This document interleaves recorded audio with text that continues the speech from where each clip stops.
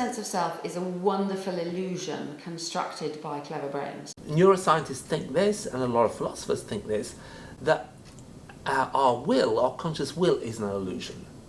That we think we're aware of our actions, and we are aware of our actions, we think that we have an influence on our actions, but in fact we don't.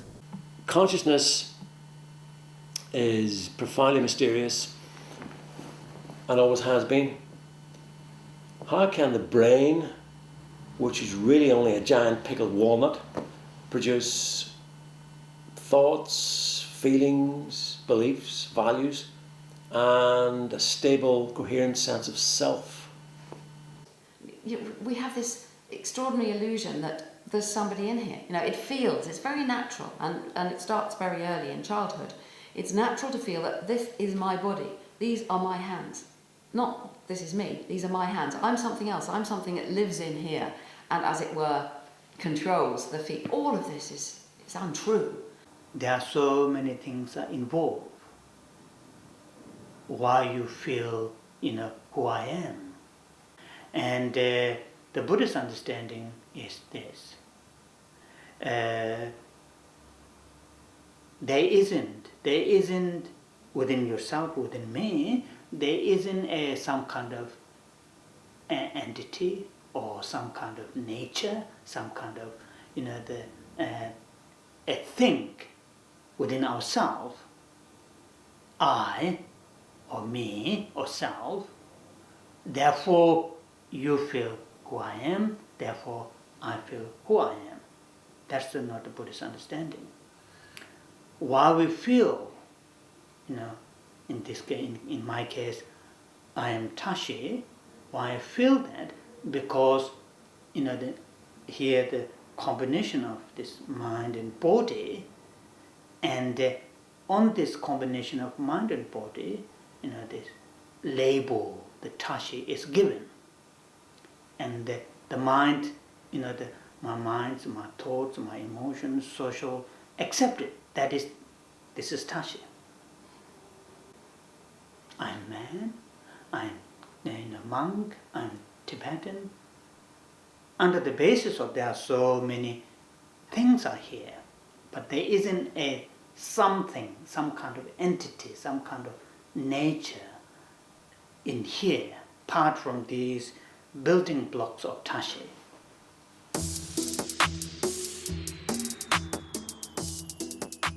But we have to consider whether we're automatons or not.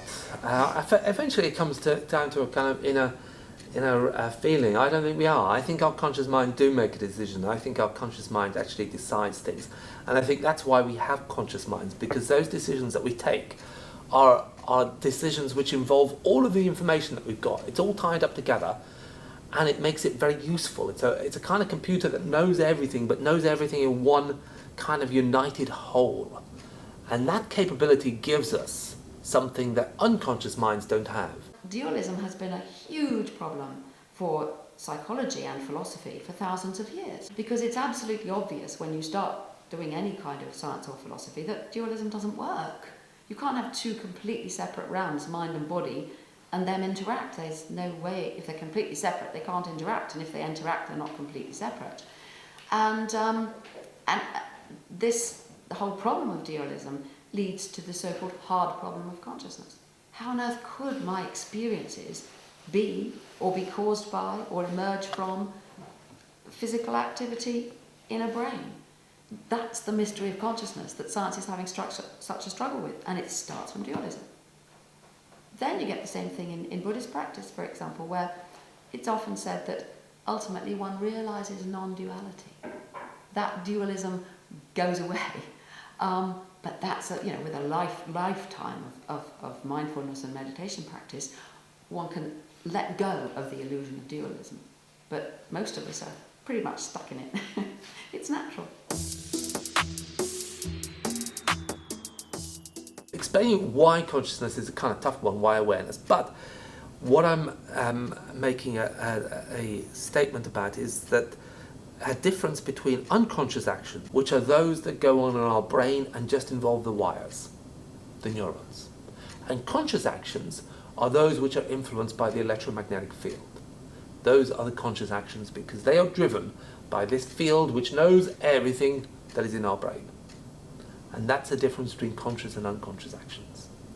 When people look for what are the correlates of consciousness, and what they mean is looking in the brain and seeing what tends to associate with consciousness, what they find is it's when neurons fire in synchrony.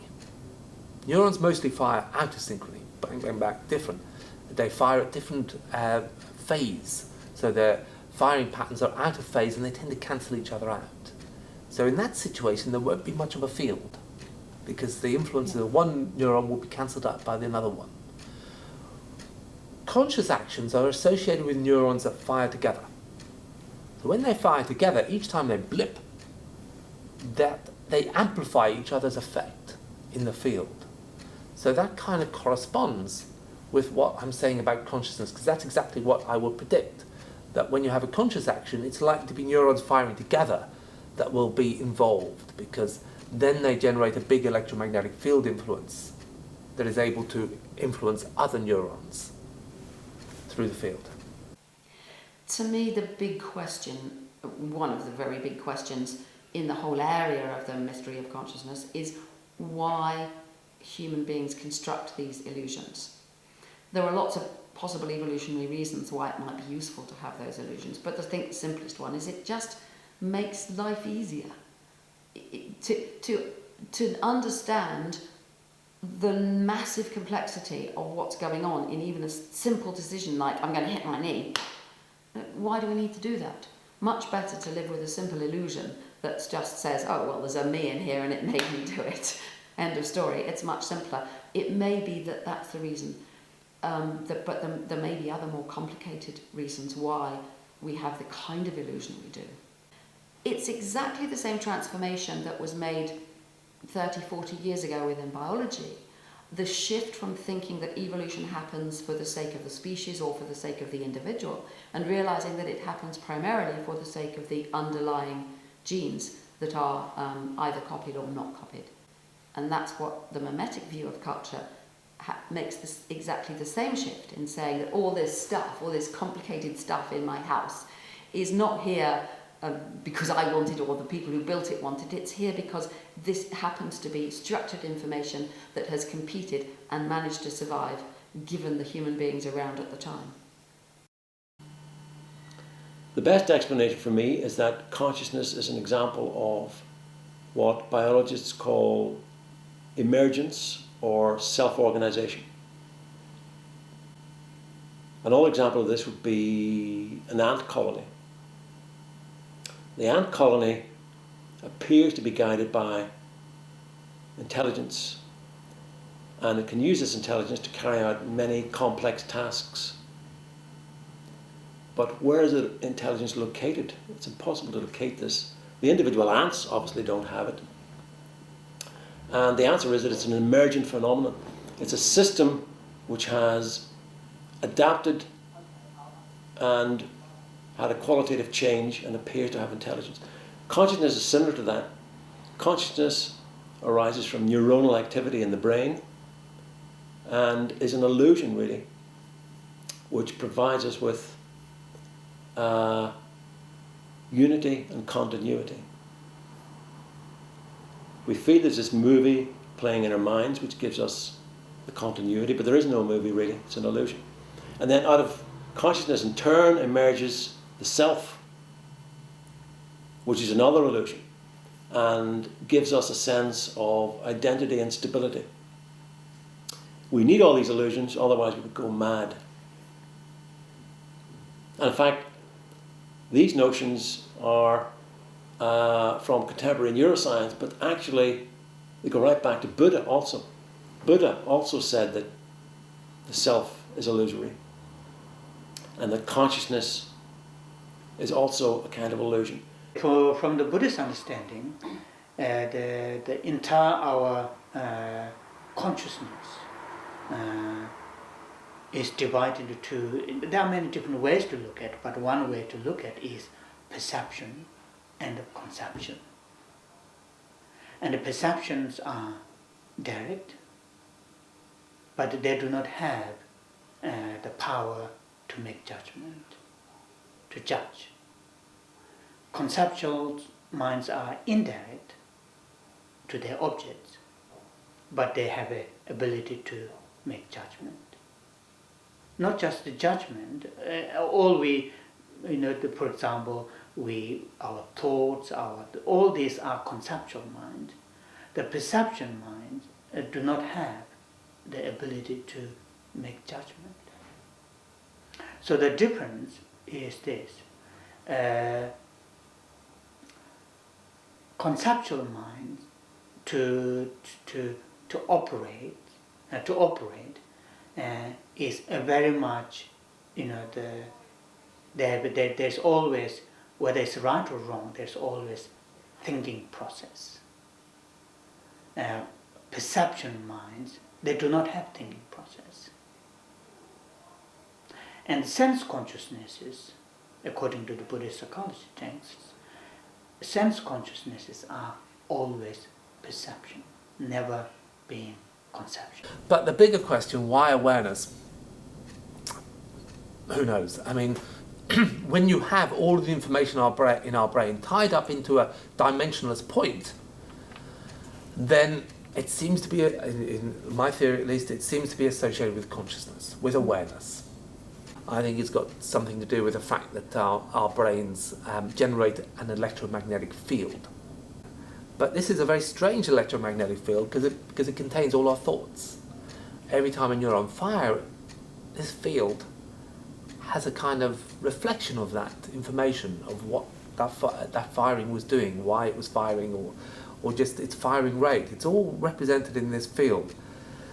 But if we now switch our attention to this field, it has very interesting properties in that it contains all the information in our brain, but it binds it all together. Unlike the neurons, where information is here and there and somewhere else, the information is scattered, and it's hard to see, well, how is it that our awareness holds it all together? Everything is, when we look at a tree, all the leaves are together and making a tree, whereas the information, the neuron corresponding to one leaf may be in one part of our brain, another leaf may be another part of our brain. How does the neuron in leaf A know that there's a neuron in leaf B there to bring it all together? Interestingly, the electromagnetic field has been recently, that the brain generates, has recently been shown to influence neural firing patterns. What has been shown fairly recently is that the electromagnetic field generated by the brain influences what the brain does. You have a self-referential loop there, in which the information, if we accept, just for a moment, let's say consciousness is in this field, then the field is generated by our brain and influences what we do. So it can become our conscious will, the influence of this field on our brain's activity. If this is our brain, this is the electromagnetic field. The electromagnetic field unites all the information and then forces the brain to go one way or another. What I'm proposing in this theory is that the electromagnetic field is consciousness, and the influence that it has on our brain's activity, we experience that as our conscious will. That's when we make a decision. When we make a decision that we think about, that we think, okay, I'm going to raise my hand and do this or do that. That is the influence of our electromagnetic field on the brain, and we experience that as conscious will. There's some very famous experiments by Ben Libet in which he showed that if you ask somebody to spontaneously and of their own free will, whenever they feel like it, flex their wrist like this. He had to use a simple action like that in order to do the experiment that he did. Then what you could show is that the beginnings of the brain processes that are going to move the hand, which start here in the motor cortex, they can be detected in the brain about half a second before the time at which the person thinks they make the decision to move, which is very briefly before the actual movement. So if you do this, the order of events is brain activity starts up. Half a second, that's a long time in the brain. Later, the person thinks, oh, I think I'll move my hand, and then it very soon after that moves. in biology. Well, there's two big puzzles in biology, two remaining huge puzzles in biology. One is the origin of consciousness, and the other is the origin of life. They're both very puzzling. We find from the fossil record that life seemed to have started fairly early in the history of the planet. Myself and some colleagues have a rather more speculative angle on it, and that's that we think that quantum mechanics may be involved. Basically, it's a problem of improbability. The life seems very, very improbable.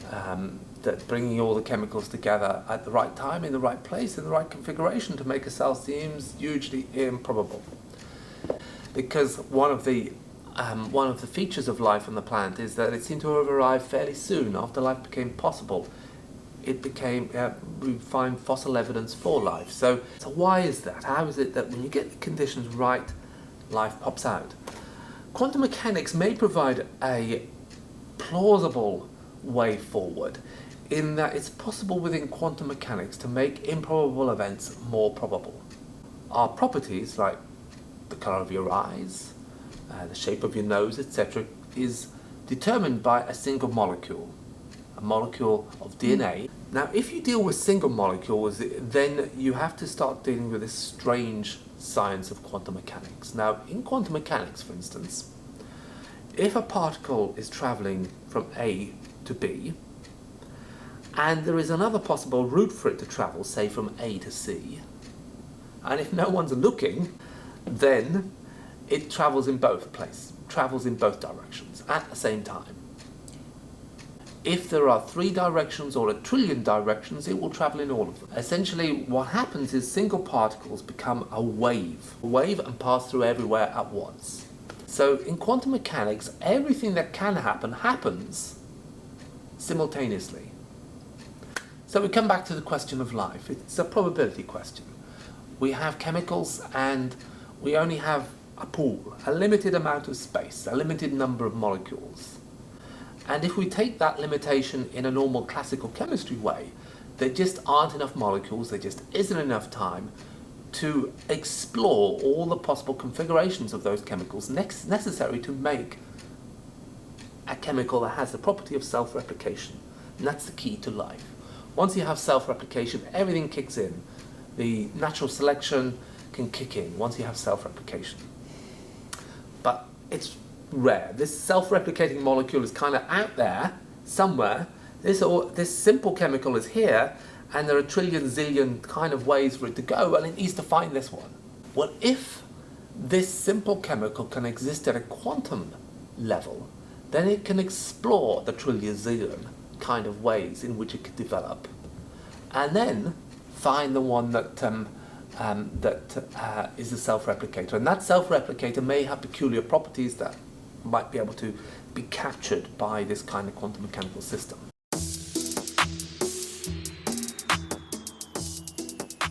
Darwin saw the most brilliant idea that anyone's ever had.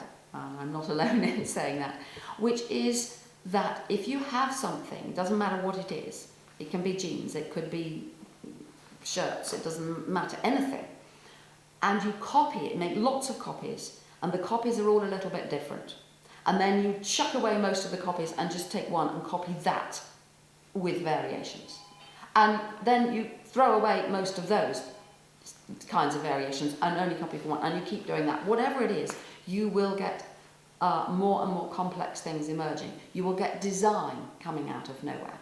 That's how all of biology has appeared on this planet, because there were simple self-replicating, self-copying molecules, which gradually evolved into very complex self-replicating molecules of DNA, which gave rise to the bodies that carry them around, and ultimately gave rise to a new level of evolution in which early humans began copying sounds, songs, speeches, and so on, and actions and technologies and skills, and that has the same structure as any other kind of evolution. Something, like a story for example, is copied, lots of people tell the story but they tell it a little bit differently, and the most popular version gets copied lots of times and the other versions just nobody bothers to repeat them, and so stories evolve, they get more and more complex, more interesting, fit in certain patterns and so on. It's exactly the same process happening at a different level, and it's an inevitable process. My view is that this is where all design in the universe comes from. You know, we humans arrogantly think that we are the designers. You know, I wrote that book. Well, no, this thing here wrote this book as part of a complex evolutionary process of the evolution of ideas within 21st century science. And the book came out using me to get itself written.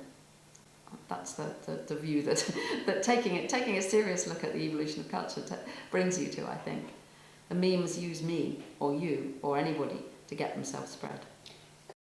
It's a kind of scary view in a way, because it gives the power to the evolutionary process, the blind, inevitable evolutionary process. But then you see that fits with understanding a human being as an organism, a complex, clever organism that is doing things, and really consciousness and free will are just fluffy bits of illusion on the top of it. Fundamentally, these processes are just going on because they have to.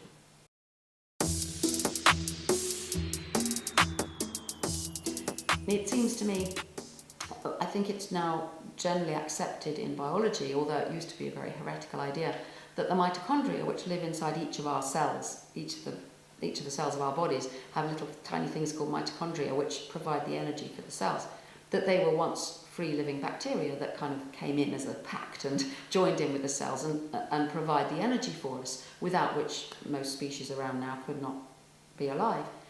And I think perhaps our role will be something like that in the future of these machines, that we will be the energy providers, because our brains are just not going to be good enough to keep up. We're already overwhelmed, but we can at least dig up the coal and the oil and man the power stations, and as long as the machines will provide us with communications and all the things that we can't help wanting, we will go on providing those services for them and building them and giving them the power that they want and destroying our planet in the process. And I see this all as the destruction of the planet, which we blame on ourselves, I see really as more inevitable, given that we have let loose these machines which are more and more operating on their own.